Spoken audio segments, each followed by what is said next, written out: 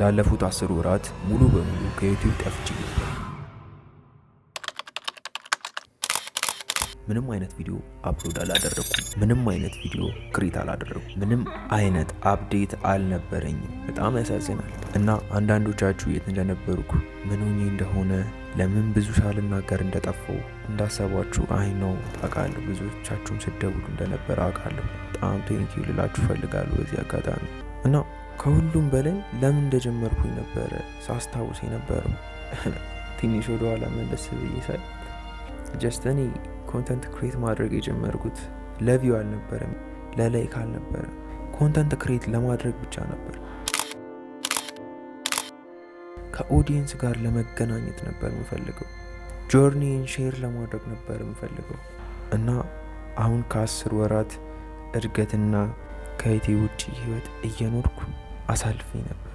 እናም ከ10 ወራት እርገት በኋላ አሁን ከ10 ወራት በኋላ ትንሽ ለወጥ አላልኩባችሁም? ጸጉሬ ተቆረጠ ምናምን። እቺን 10 ወር ብሬክ አድርገን እንመጣ ፏፈሽ ብለን ማለት ነው። ለእናንተ ኮንቴንቶችን አዘጋጅተን ባይዚ ብሬክ ውስጥ ምናምን እያልኩኝ ሳወራ ኮንተንቶችን ስፈልግ ነበረ። ምን አይነት ኮንተንት ኢትዮጵያ ውስጥ ይታያል ምናምን የሚሉትን ነገሮች ሪሰርች ሳደርግ ነበር እንጂ ለጥ ብዬ ስላችሁ ለጥ ብዬ አይደለም ጋይስ። እናንተም ሰብስክራይብ እንደምታደርጉ ተስፋ አደርጋለሁ።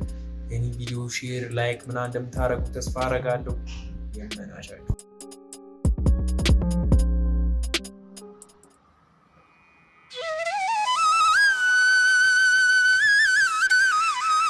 ጋይስ በጣም አዝኛለሁ ከምታስቡት በላይ።